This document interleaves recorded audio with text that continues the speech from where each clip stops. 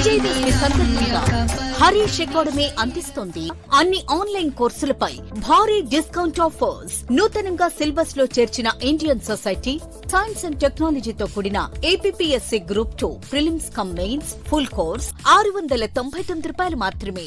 గ్రామ సచివాలయం, వార్డ్ సచివాలయం కేటగిరీ 1 జేఎల్ ఫుల్ కోర్స్ ₹699 మాత్రమే. టీఎస్పీఎస్సీ గ్రూప్ 2, 3 మరియు ఎఫ్బీఓ కాంబో ప్యాక్ ₹599 మాత్రమే. ఈ అన్ని కోర్సుల వ్యాలిడిటీ 6 నెలలు. ఈ ఆఫర్ అక్టోబర్ 18 నుండి అక్టోబర్ 26 వరకు మాత్రమే. ఖచ్చితంగా జాబ్ సాధించే విధంగా లెజెండరీ ఫ్యాకల్టీచే రూపొందించబడిన అప్డేటెడ్ ఆన్లైన్ క్లాసెస్. మరెందుకు ఆలస్యం? వెంటనే హరీష్ అకాడమీ యాప్ ను డౌన్లోడ్ చేసుకోండి, జాబ్ సాధించండి. Harish the best academy. Phone number 8341116915.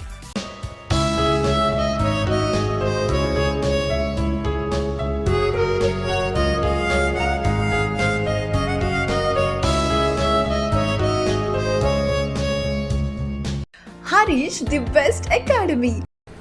Hi friends, welcome to Harish academy. ఈరోజు వార్తలు నిలిచిన జాతీయ, అంతర్జాతీయ, రాష్ట్రీయ అంశాల గురించి, వార్తలు నిలిచిన వ్యక్తులు, అవార్డులు, పుస్తకాలు, మరి క్రీడా సంబంధిత సమాచారం, ఒక్కొక్క అంశాన్ని వివరంగా తెలుసుకుందాం.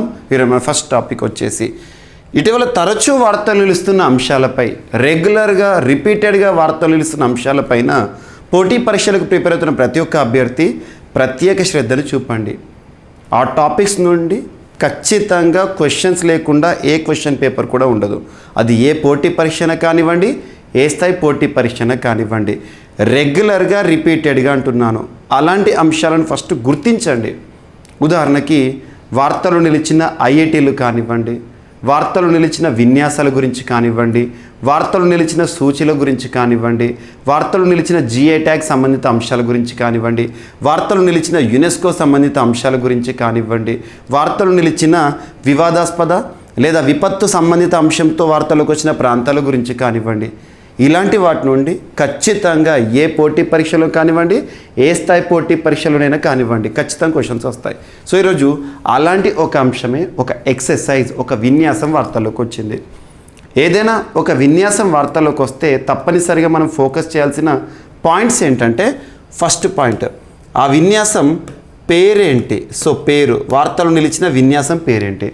సెకండ్ వచ్చేసి ఆ విన్యాసంలో ఎన్ని దేశాలు పాల్గొనడం జరుగుతుంది.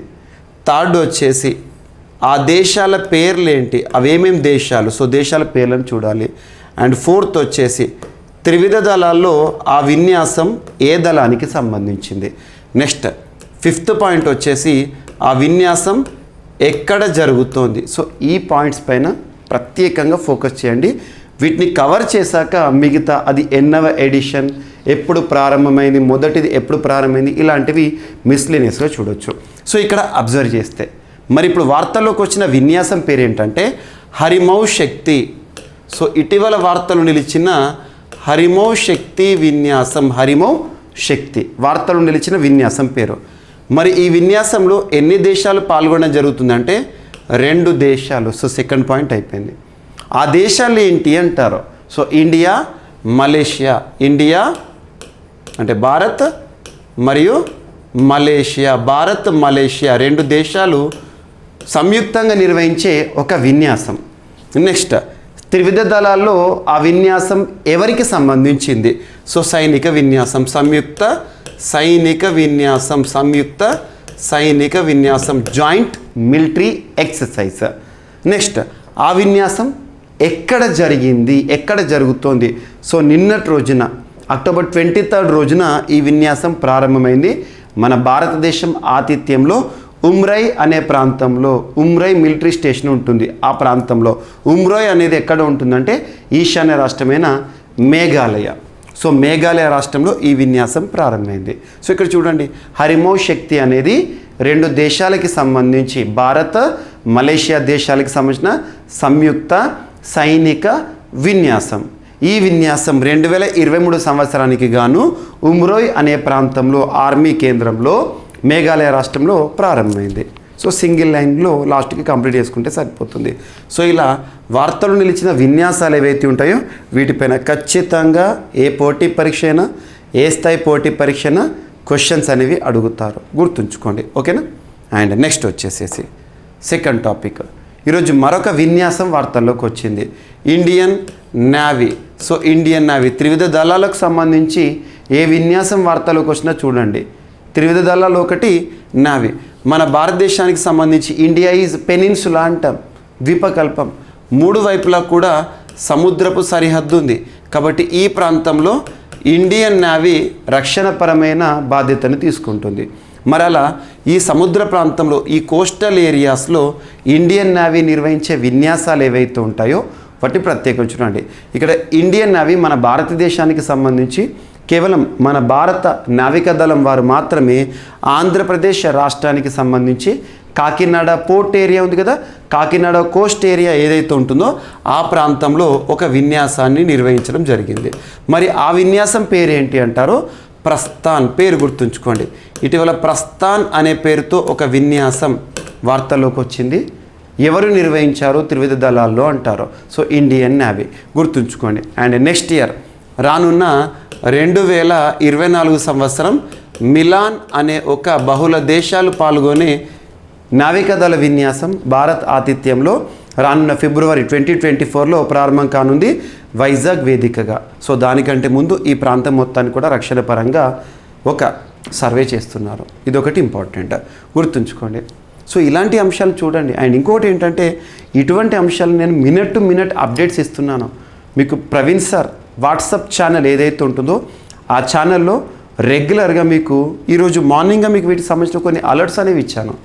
సో మీకు క్లాసెస్లో కంప్లీట్ అవుతాయి. బట్ బ్రేకింగ్ న్యూస్ లాంటి ఒక ఛానల్ కరెంట్ అఫైర్స్ సంబంధించి మీరు Praveen sir classes YouTube channel, so Praveen sir classes YouTube ఛానల్ని సబ్స్క్రైబ్ చేసుకోండి. అందులో కమ్యూనిటీలో చూడండి, మీకు ఒక వాట్సాప్ ఛానల్ లింక్ ఇచ్చాను. ఆ వాట్సాప్ ఛానల్ లింక్ ద్వారా మీరు జాయిన్ అవ్వండి, ఫాలో అవ్వండి. మీకు రెగ్యులర్గా ఎవ్రీడే అప్డేట్స్ అనేవి వస్తూనే ఉంటాయి. It is like breaking news in current affairs, అలా గుర్తుంచుకోండి. సో ఇప్పటికే 10,000 ఫాలోవర్స్ ఉన్నారు. సో మీకు ఇలాంటి విన్యాసాలు హరిమో శక్తి ఇటువంటివి ఏవైతే ఉంటాయో మీకు ఆల్రెడీ అందులో పోస్ట్ చేశాను. మీకు ఒకసారి చూసి క్లాస్ వింటే సులభంగా అర్థమవుతుంది.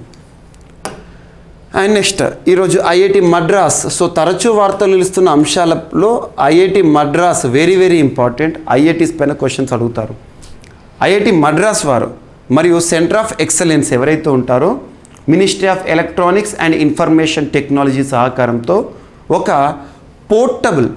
పోర్టబుల్ డీసీ ఛార్జర్ లేదా డీసీ పోర్టబుల్ ఛార్జర్ని ముఖ్యంగా భారతదేశంలో ఎలక్ట్రిక్ వెహికల్స్ని మరింత విస్తృతం చేయాలి, వీటిని అడాప్షన్ చేసుకోవడంలో వినియోగదారులు ముందుకు రావాలి అనే ఉద్దేశంలో భాగంగా ఒక పోర్టబుల్ డీసీ ఛార్జర్ ఉంటుంది కదా, దాన్ని తయారు చేయడం జరిగింది. ఎవరు తయారు చేశారంటారు? ఐఐటి మద్రాస్ సంబంధించిన సెంటర్ ఆఫ్ ఎక్సలెన్స్. ఎవరి సహకారంతో అంటే ministry of electronics and information technology. ప్రస్తుతం ఈ మినిస్ట్రీకి కన్సర్న్ మినిస్టర్గా ఎవరి విధులు నిర్వర్తిస్తున్నారంటే అశ్విన్ కుమార్ వైష్ణవ్ గారు. గుర్తుంచుకోండి, డైరెక్ట్ పాయింట్ గుర్తుంచుకోండి. ఐఐటికి సంబంధించి ఏదైతే ఉంటుందో నేరుగా హెడ్డింగ్ పైన క్వశ్చన్ అడుగుతారు. The chargers are design to meet safety standard. So safety standards ఆధారంగా పూర్తి స్వదేశీ పరిజ్ఞానంతో తయారు చేయడం జరిగింది. అండ్ నెక్స్ట్ వచ్చేసి ఆర్మీకి సంబంధించిన ఒక ప్రత్యేకమైన పురస్కారం, ఒక హానర్ వార్తల్లోకి వచ్చింది. Udhampur military station. ఉదంపూర్ మనకు చాలాసార్లు వార్తల్లోకి వస్తుంది. సరిహద్దులో ఉన్న ఒక మిలిటరీ స్టేషన్ జమ్మూ కాశ్మీర్ కేంద్రపాలిత ప్రాంతంలో ఉంది. ఆ మిలిటరీ స్టేషన్ ఇటీవల బెస్ట్ గ్రీన్ మిలిటరీ స్టేషన్ పురస్కారాన్ని పొందుతూ రక్షణ వ్యవహారాల మంత్రిత్వ శాఖ నుండి ఈ పురస్కారాన్ని బెస్ట్ గ్రీన్ మిలిటరీ స్టేషన్ పురస్కారాన్ని పొందుతూ వార్తల్లోకి వచ్చింది. జమ్మూ కాశ్మీర్లోని ఉదంపూర్ మిలిటరీ స్టేషన్ అని గుర్తుంచుకోండి, సరిపోతుంది. Next Japan. ప్రపంచంలోనే మొట్టమొదటి దేశంగా వార్తల్లోకి వచ్చింది రక్షణపరమైన వ్యవహారాల విషయంలో. దేనికి సంబంధించి అంటే వారు ఒక లాంచింగ్ చేశారు. ఆ లాంచింగ్ యొక్క ప్రత్యేకత ఏంటంటే ఎలక్ట్రోమాగ్నెటిక్ రేల్ గన్ని ఆఫ్షోర్ వెజల్ నుండి లాంచ్ చేయడం జరిగింది.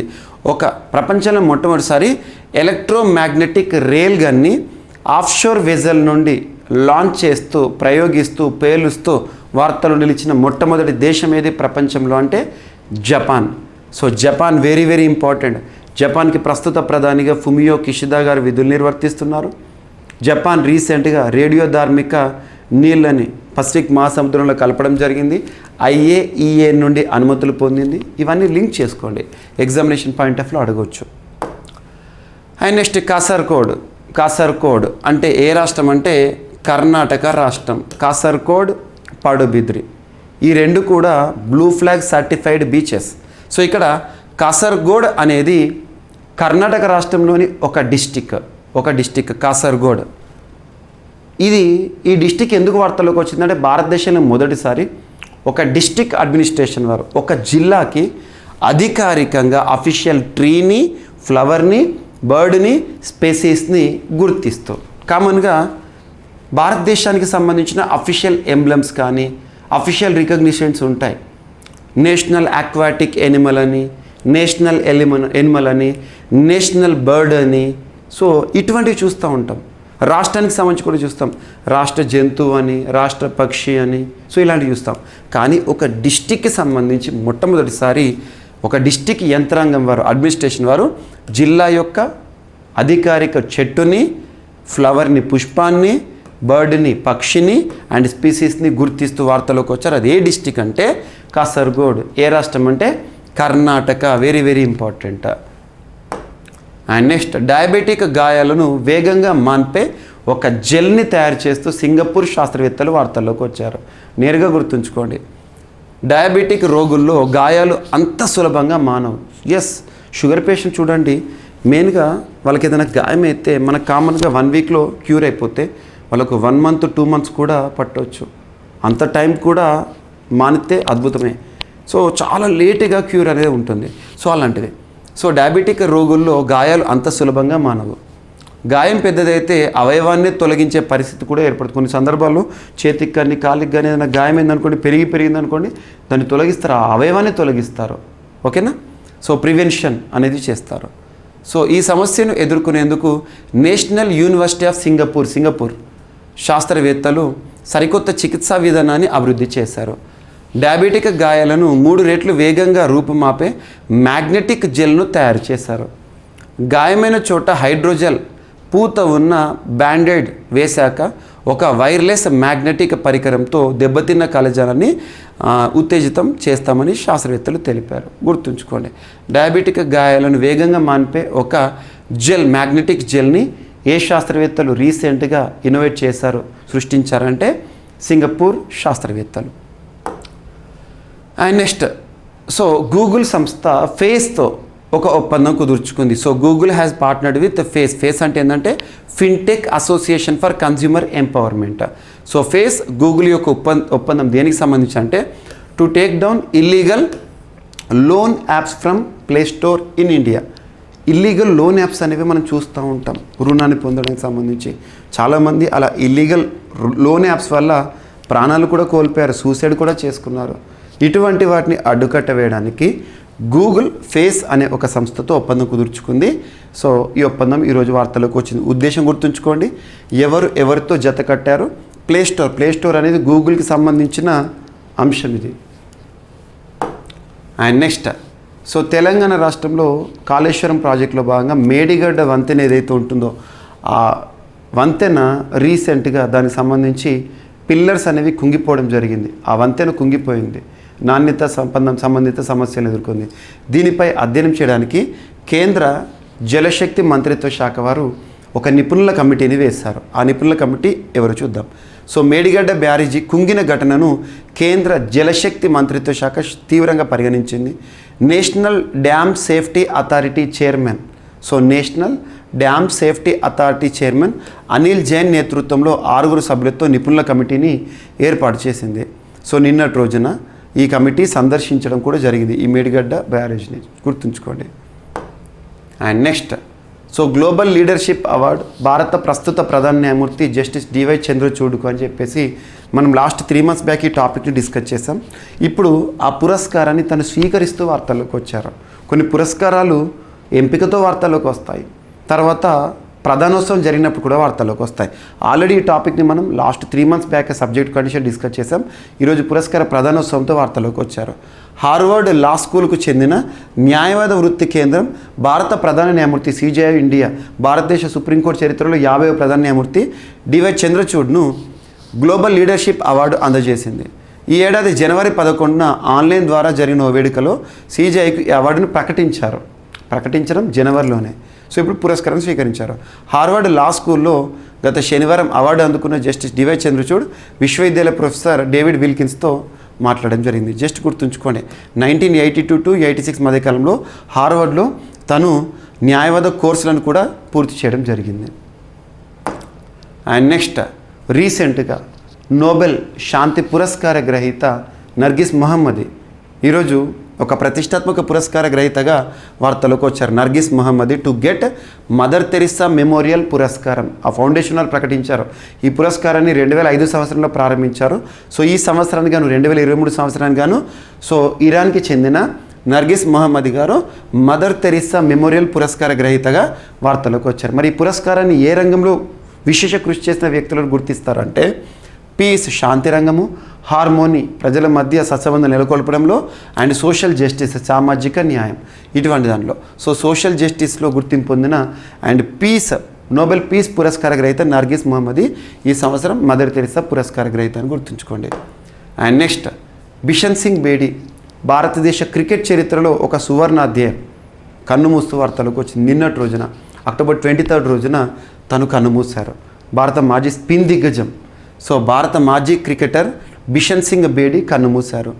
1966 నుండి 1979 వరకు బిషన్ సింగ్ భారత్ తరపున ఆడారు. 67 టెస్టులు ఆడి 266 వికెట్లు తీశారు. లెఫ్ట్ ఆర్మ్ స్పిన్నర్ అయిన బిషన్ సింగ్ బేడి టీమిండియాకు 22 టెస్టు మ్యాచ్ల్లో కెప్టెన్గా కూడా వ్యవహరించారు. 1970లో పద్మశ్రీ పురస్కారం, 2004లో CK Nayudu lifetime achievement పురస్కారాన్ని తను అందుకోవడం జరిగింది. ఏ రంగంలో విశేష కృషి చేసిన వ్యక్తి అంటారో క్రీడా రంగం, క్రికెట్ అని గుర్తుంచుకోండి. Very very important player to be focused. So ఈరోజు ర్యాపిడ్గా చూస్తే హరిమో శక్తి విన్యాసం వార్తలోకి వచ్చింది. భారత్ మలేషియా సంయుక్త సైనిక విన్యాసం ఉమ్రోయిలో నిన్నటి రోజున ప్రారంభమైంది, అక్టోబర్ 23. ఇండియన్ నేవీ వారు కండక్ట్ చేసిన ప్రస్థాన్ విన్యాసం coastal exercise. And next, IIT Madras వారు పూర్తి స్వదేశీ పరిజ్ఞానంతో తయారు చేసిన ఒక portable 2kW charger. And Udhampur military station ఆర్మీకి సంబంధించి బెస్ట్ గ్రీన్ మిలిటరీ స్టేషన్ పురస్కార గ్రహీత ఈ సంవత్సరం వార్తల్లోకి వచ్చింది. జపాన్ ప్రపంచంలోని మొట్టమొదటిసారి ఆఫ్షోర్ వెజల్ నుండి ఒక ఎలక్ట్రోమాగ్నెటిక్ రైల్ గన్ని లాంచ్ చేయడం జరిగింది. అండ్ కసర్గోడ్ కర్ణాటకలోని ఒక జిల్లా దేశంలోని మొట్టమొదటి జిల్లాగా వార్తల్లోకి వచ్చింది. ఆ జిల్లాకి సంబంధించి official tree, bird and flower స్పెసిస్ని ప్రకటిస్తూ. అండ్ డయాబెటిక్ గాయాలను వేగంగా మాన్పే ఒక మ్యాగ్నెటిక్ జెల్ని సృష్టిస్తూ సింగపూర్ శాస్త్రవేత్తలు వార్తల్లోకి వచ్చారు. అండ్ నెక్స్ట్, గూగుల్ ఫేస్ సంస్థతో కుదుర్చుకున్న ఒప్పందం భారతదేశంలో ఇల్లీగల్ లోన్ యాప్స్ ఏవైతుంటే వాటిని యాప్లను ప్లే స్టోర్స్ నుండి తొలగించడానికి ఉద్దేశించిన ఒప్పందం.